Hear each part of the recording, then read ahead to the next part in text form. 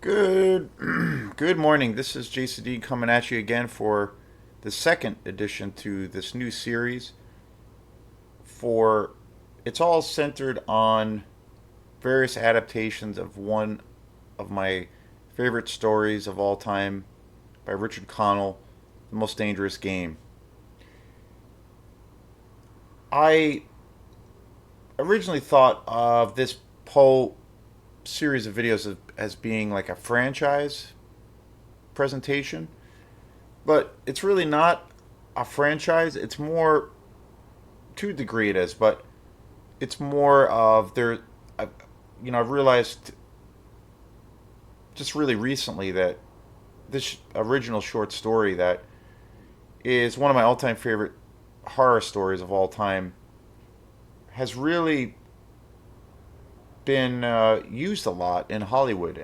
There's been quite a few movies that have come out over the past decade, decade after decade. And it's also The Most Dangerous Game has been referenced in certain films that I really love. So I thought, that could be kind of an interesting topic for a show to talk about all things that are related to the original story, The Most Dangerous Game. So so it's not a direct franchise, but it's mostly a just these various adaptations that that that have come about just recently. I was just at Opera House Video the other day, and I saw that there is actually a new movie that's actually entitled. It came out, I believe, 2022, which I haven't seen. I'm not. I'm pretty skeptical on how good it's going to be, but I definitely want to see it.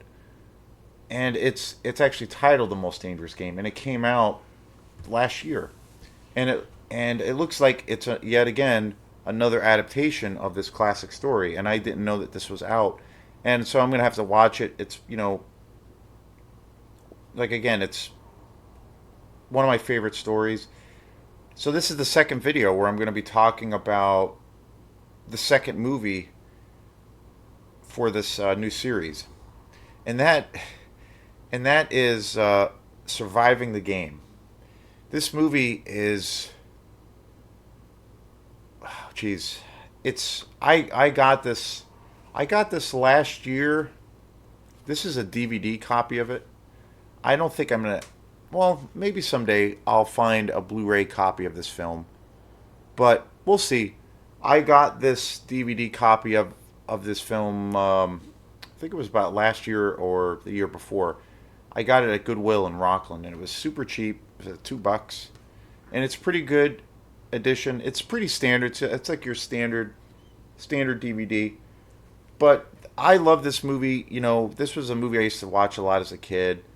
I've always been a huge Rutger Hauer fan. Huge fan of Rutger Hauer. I'm going to be doing at some point some films with him as the star. Particularly, probably the most iconic role of his career was in Blade Runner, the original. I mean, epic. One of my all-time favorite movies. He was also in another movie called The Hitcher, which is one of the best horror slasher movies of all time. A whole bunch of other movies. He's always been one of my favorite actors, and so that was the reason as a kid why I watched this movie. It also stars Gary Busey and Ice T. And again, this isn't a direct franchise, but there are quite a few movies and movies that reference the short story, The Most Dangerous Game. So I thought that would be kind of an interesting topic or thing to talk about because I never really hear any of these movies ever mentioned, and I definitely don't hear the short story ever mentioned. And especially that story really gave me the passion that I have for horror. That was definitely one of the things that happened. I came across that story when I was a kid. I was in middle school, and I said in the last video, the Edgar Allan Poe was the man the figure that introduced me to horror before I had ever seen any horror films or anything. And Edgar Allan Poe's stuff, again, amazing, just, untouchable. And shortly after that, I read Richard Connell's The Most Dangerous Game. And it was an interesting thing because, obviously with Poe, a lot of his stuff deals with death, but there's also quite a bit of like a supernatural element to a lot of his work. And the thing that I thought was so interesting with Richard Connell's work when I first came across, especially when I was a kid, and even now, it doesn't have any supernatural elements at all, and it's very much based in reality. It's a I think it's an early version or rendition or story on the idea of what makes someone a psychopath or a true life serial killer, or even it harkens back to the concept, the idea of like the slasher movie. And there's no monsters in the film. There's no fantasy. There's no supernatural elements to the story. It's really steeped in reality. So I remember as a kid being, really enamored with the story and that concept. And it deals purely with the idea that man is possibly the most vicious creature on the planet. And the whole premise of the story is basically centered on Count Zaroff, who is this eccentric, psychotic, wealthy hunter who owns his own island, and in his mind, the most the biggest prize that a person can get as a hunter is to hunt your fellow man. So it deals with that, and it's just amazing. But this edition of the film, of that story, is so, in some ways, so far removed from the short story. The Most Dangerous Game, which was the first show I did, that big screen adaptation, which came out in 1932, is basically an exact replication of the original story. This, however, is the core of the story is exactly the same, but it's so incredibly different. In some ways, there's no comparison. And the thing is about this one, and this film, like again, huge Rutger Hauer fan growing up. I still love his films. I was really sad when he passed away a few years ago, but one of my all time, kind of one of my personal heroes in some ways, and definitely one of my favorite actors. But this film came out in 1994. It was directed by Ernest Dickerson, and the cast for this film is pretty much just hilarious.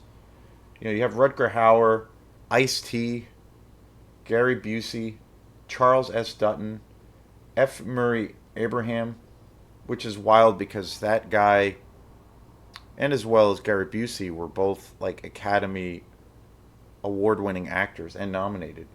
John C. McKinley, who was famously in Platoon, and this movie is in some ways like astoundingly terrible. Like it's so awful. Like the dialogue, and this came out in '94. And like I said, I've referenced the first adaptation, 1932, and I feel like that movie has aged so well. I don't really feel like there's anything necessarily dated about that film, which is kind of a strange thing to say. But this movie, this version of this story, which came out in '94, is so incredibly dated. It's unbelievable. And some of the dialogue, especially when it comes to the dialogue, is literally like cringeworthy. It's like, oh my god, I can't believe. It makes me think of like when the studio was deciding to put this film together, and it got the green light, and they were sitting around, and they were actually shooting this film. It makes me think like, what, to a degree, like what were these guys thinking, like, because the film, it's funny because this was I think I remember seeing this in the theater actually, and I've seen this movie a bazillion times, and I think this film was kind of the intention was to make it, make a, Ice T was a big star at that point. He had gone into acting, and he was always, known as a rapper and in hip hop music. Rutger Hauer was really huge during this time period in the 80s and 90s. He was in so many movies. Gary Busey was still a real big name, but I I think too that when this film was given a green light, I feel like they intentionally set this movie. They set it out. They wanted to make a real serious film, like a full on action movie. But it's so like, yeah, it's, and I love a lot of movies that a lot of people would consider to be total garbage or trash. Those, the exploitation movies. Those are my favorite movies of all time. That's my favorite style. And a lot of people I know don't, to a degree, take it seriously or give it any kind of legitimacy, which I can I can understand that argument. But for the most part, I love a lot of movies that a lot of people would just consider turds, total shit piles, and that are just terrible in every way. And but I think in the exploitation world and in that world, there are certain films and directors where it's so true, where it's so bad, it's good, or it's so bad, it's just fucking fantastic. And I think it's because of the playfulness, the guerrilla style filmmaking, the not taking themselves too seriously, having to really rely on pure imagination because there's no budget. All of those factors I think are key in making and what I feel at the end of the day makes those films actually good and actually really great quality films for what they are, but also acknowledging that they are pretty awful. This film, I think, totes that line where it's kind of awful to a point of where it's just kind of bad. I don't know. It was funny. I watched this again last night because I've had this whole idea for this series, and I was almost. There's certain scenes in this film where you're just like, oh my god, I can't believe like they actually said a character actually said what he said. Like it's unbelievable. And it was a part of me was like, I don't know if I want to review this movie. Maybe it's so bad that it's just like unwatchable. Like I don't know. But then I was like, you know what? Screw it. I'm gonna do it. And so that I think it really totes that line of being something that's unwatchable to something that's kind of watchable, even you know outside of the murky depths of exploitation. This is like I definitely consider this to be a B movie, but I think the intention with the filmmakers for this movie was to make this into a real like heavy Hollywood blockbuster film that was meant to be super entertaining but also kind of serious.